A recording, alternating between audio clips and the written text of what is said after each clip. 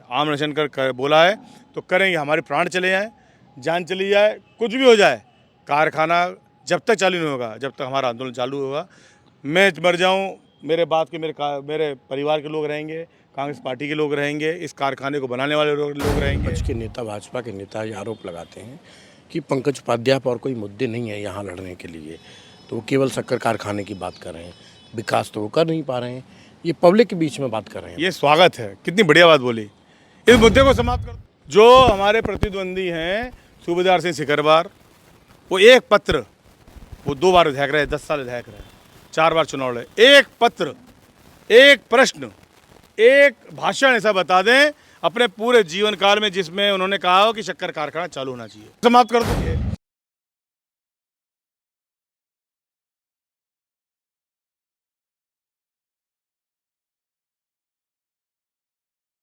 मेरे पीछे शक्कर कारखाना कैलारस है, वो शक्कर कारखाना जो हर नेता के चुनावी जुमला बना। हम बात कर लें, यहाँ से जितने भी सांसद रहे उन्होंने सब ने कहा कि ये शक्कर कारखाना हम चालू करेंगे। विधानसभा के चुनावों में मुख्यमंत्रियों ने आके कहा कि हम शक्कर कारखाना चालू करेंगे। ये बात अलग है कि वो कहने के बाद लौट कर नहीं आए, लेकिन सोचिए ताज्जुब की बात तो ये है कि वर्तमान मुख्यमंत्री मुरैना में आके ये कह रहे हैं कि ये शक्कर कारखाना चालू करेंगे। ये सब केवल झूठे जुमले रहे, पब्लिक पर तालियां बजाने वाली बात रही। यही बात विधायक पंकज उपाध्याय जी ने कही कि हम इसके लिए लड़ेंगे। अब बात लड़ने की आ गई, क्योंकि ये कारखाना एमएसएमई को ट्रांसफ़र किया है, तो उसको लेकर पंकज उपाध्याय जी कल यहाँ अनशन करने बैठेंगे, यहाँ भूख हड़ताल पर बैठेंगे, और जब तक इसको मतलब एमएसएमई से लौटकर जो शक्कर कारखाना था उस पर नहीं पहुँचेगा, तब तक अनशन से नहीं उठेंगे। फिलहाल मेरे साथ मौजूद हैं, क्या कहेंगे विधायक जी, क्योंकि सबने इसको चुनावी जुमला समझकर और बोला चालू कराएंगे। यहाँ इससे 1 लाख किसानों को रोज़गार मिलता है। दतिया से लेकर बीरपुर तक किसान यहाँ गन्ना उपजा सकते हैं, यहाँ के किसान समृद्ध बन सकते हैं, आर्थिक तंगी दूर हो सकती है। यह दौर मतलब एथेनॉल का दौर है। आप सरकार के मिनिस्टरों के बच्चे एथेनॉल की कंपनियाँ बना रहे हैं, प्रॉपर्टी बढ़ा रहे हैं, लेकिन क्या यह गन्ना भी तो एथेनॉल बनाएगा? फिर इसको चालू करने के लिए सरकार क्यों दूर भागे? बिल्कुल सही बात बोली आपने सुनील भाई।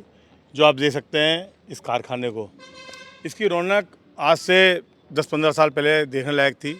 जब यहाँ इस चिमनी में से जब धुआं निकलता था तो घरों में के चूल्हों में से धुआं निकलता था।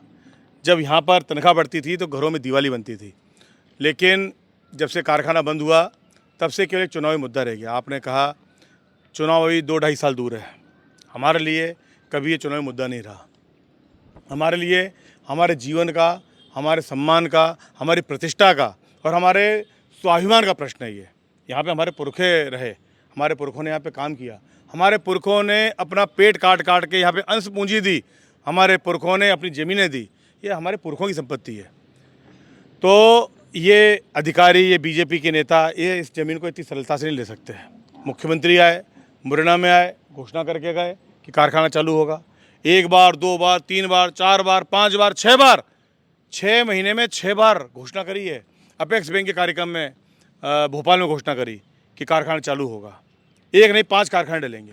निश्चित रूप से 5 नहीं 10 डल सकते हैं, क्योंकि शुगर फेडरेशन ऑफ इंडिया ने कहा है, अपने रिसर्च में कहा है कि चंबल की भूमि, चंबल का वाटर लेवल, चंबल की जो उर्वरकता है भूमि की, वो इतनी बेस्ट है कि यहाँ पर गन्ना बहुत अच्छी मात्रा में हो सकता है, बहुत ज़्यादा मात्रा में हो सकता है। सर्वश्रेष्ठ देश का गन्ना यहाँ होता है। उसके बावजूद भी ये कारखाना बंद कर रहे हैं।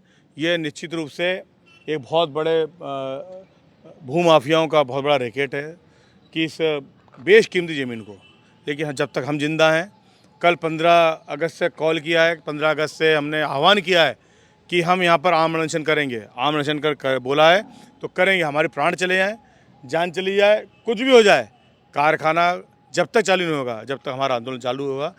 मैं मर जाऊं, मेरे बाद के मेरे परिवार के लोग रहेंगे, कांग्रेस पार्टी के लोग रहेंगे, इस कारखाने को बनाने वाले लोग रहेंगे, हमारे तमाम साथी हैं जिनकी उम्रें गुजर गई, महिदत मिश्रा जी, गायराम धाकड़ जी, अशोक तिवारी जी, MD पारासर जी, आपके राजू गुप्ता जी, ये हमारा सत्येंद्र सोलंकी जी, हमारे कल्लू भर्रा, ये महावीर भर्रा, इतने लोग इस कारखाने को बचाने के लगे हुए। अकेले पंकज उपाध्याय नहीं है, मैं सबसे छोटा और नया सिपाही हूँ।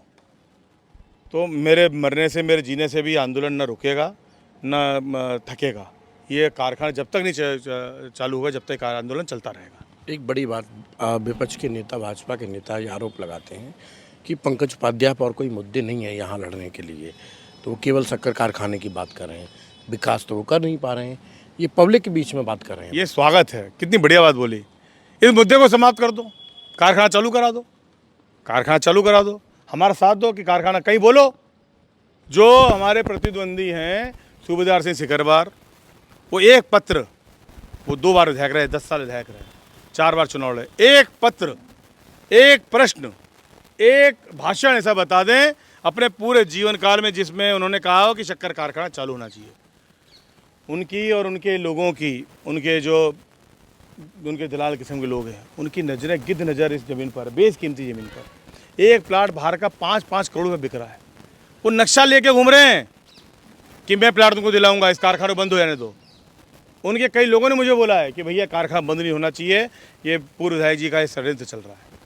तो आप उनकी बात मत कीजिए। वो और उनके आका, मैं पूरे बीजेपी की बात से आपकी बात सहमत नहीं हो सकता। बीजेपी के मोर देन 50% नेताओं के फ़ोन आए, कार्यकर्ताओं फ़ोन आए कि भैया आप लड़ाई लड़िए। और मैं पिछली बार यहाँ धरने बैठा था, मैं बड़े विश्वास से कह रहा हूँ कि कई नेता आए और दूर से करके चले गए, उन्होंने अपने कार्यकर्ताओं को पहुँचाया, अपने परिवार वालों को पहुँचाया। कई बीजेपी के लोगों ने मुझे फ़ोन लगा के बोला, वरिष्ठ नेताओं ने बोला कि लड़ाई बहुत अच्छी लड़ाई लड़ रहे हो, ये आपको सूबेदार सिंह सिकरवार को मुँह तोड़ जवाब देना है। तो मैं नहीं मानता ये आम मुद्दा, ये किसी पार्टी का मुद्दा नहीं है, आम जन का मुद्दा है, युवाओं का, किसानों का, माताओं का, बहनों का। ये किसी समाज का भी मुद्दा नहीं है, सर्व समाज का मुद्दा है। कितने दिन बैठेंगे यहाँ पर, क्या रोड मैप जब तक मेरे जीवन में, शरीर में जब तक जान है, जब तक बैठूंगा। बिल्कुल पढ़ा लिखा समझदार आदमी हूँ, मुझे मालूम है कि आमरण अनशन क्या होता है, केवल पानी पीना होता है। उस पानी पीने को जब तक जीवित रह सकता हूँ, जब तक जीवित रहूँगा, जब तक इस कारखाने की लड़ाई को लड़ता रहूँगा। लेकिन एक बात और है कि शक्कर कारखाने की बात करें, लोग ये भी कहते हैं भाजपा के लोग कि इसका मटेरियल अब चालू लायक नहीं रहा, मटेरियल ख़राब हो गया है, इसको बेचना भी फिर जरूरी। बीजेपी के नेताओं को मैं कह रहा हूँ कि आपने इतने तमाम 10 साल विधायक रहे, कई लूटपाट करके, अवैध दुकानें बना के, राशन खा के इतना राशन बेच लिया आपने। आप पे केस चल रहे हैं, आपके परिवार पे केस चल रहे हैं। उस राशन का थोड़ा पैसा यहाँ भी लगा दो, दिखा दो अपना बड़ा दिल, दे दो इस कारखाने में थोड़ा बहुत पैसा और चालू करा दो। ये सब मिथ्या बातें हैं, झूठी बातें हैं। इतनी बड़ी संपत्ति है, ये 500-700 करोड़ की प्रॉपर्टी है। आप कल से चालू कर सकते हो, ये कॉपरेटिव में चालू हो सकती है, कल से हो सकती है। इस पे 5,000 करोड़ का लोन हो सकता है, 5,000 करोड़ का 10 कारखाने लग सकते हैं। तो ये सब झूठी बातें हैं, ये केवल सरकार की मंशा, ये केवल मिसगाइड करने के लिए। और कुछ लोग, कुछ भारतीय किसान संघ यहाँ पे क्यों आया? भारतीय किसान संघ बीजेपी का अनुवांशिक संगठन है। उन लोगों ने यहाँ पे लड़ाई लड़ी, उन लोगों ने इस कारखाना चालू करने की बात करी। मैं उनका अभिवादन करता हूँ, उनका स्वागत करता हूँ, उनको धन्यवाद देता हूँ कि आपने हमारे साथ आकर हमारी लड़ाई को लड़ा। हम उनके साथ में हैं। मैं उनके कार्यक्रम में मैंने अपने लोगों को पहुँचाया, अपने कार्यकर्ताओं को पहुँचाया, मेरे छोटे भाइयों को पहुँचाया। मेरे छोटे भाई मोहित शुक्ला हैं उस कार्यक्रम में आए। मैंने बोला, मैंने जाओ, ये अगर कोई इस कारखाने को लड़ाई लड़ने के लिए आगे आता है, हम उसके साथ देंगे। यानी शेयर की, मतलब जो श्रेय मिलना चाहिए उसकी ज़रूरत नहीं है, कोई श्रेय की आवश्यकता ही नहीं है। मैं बोल रहा हूँ इनकी मूर्तियाँ लगाओ यहाँ बड़ी बड़ी, जो चालू करा उसकी मूर्तियाँ लगाओ, हम आएंगे। मैं कह रहा हूँ, मैं उसका नागरिक अभिनंदन करूँगा, नागरिक अभिनंदन, माला पहनाऊँगा। लेकिन अभी तक एक आदमी नहीं आया। विधानसभा के अध्यक्ष यहाँ पे बोलते गन्ना होगा, अरे गन्ना कौन खरीदेगा? तो ये लड़ाई अब लड़ी जाएगी। और ये पानी बरस रहा है, इस पानी से भी डरने की जरूरत नहीं है। कितना ही पानी बरसे, बाढ़ आ जाए, मैं, मेरे साथी, हमारे परिवारजन यहाँ पर इस लड़ाई को पूरी ताकत से लड़ेंगे। 30,000 नौजवानों को इस शक्कर कारखाने से रोजगार मिलेगा और 30,000 नौजवान मुझे लगता है जिले से बाहर होंगे। वही नौजवान अगर अपनी मांग रख दें तो वो उनको रोजगार यहीं मिल जाएगा। यानी रोजगार की ये उन नौजवानों के लिए है। 1 लाख किसान यहाँ मजबूत होंगे। तो सोचिए कितना बड़ा ये शक्कर कारखाना है। उसको बचाने के लिए कल पंकज उपाध्याय जी बैठने वाले, धरना प्रदर्शन करेंगे, भूख हड़ताल करेंगे। तो क्षेत्र के लोगों को भी उनका साथ देना चाहिए ताकि ये शक्कर कारखाना बच सके, क्योंकि ये शक्कर कारखाना किसी दल का नहीं है, किसी व्यक्ति का नहीं है, ये यहाँ के किसानों का है, नौजवानों का है। तो सब लोग कल इसमें शिरकत करेंगे ताकि ये शक्कर कारखाना बचा सके। फिलहाल ये रिपोर्ट आप मेरे साथ देख रहे हैं, प्रताप हैं, धन्यवाद।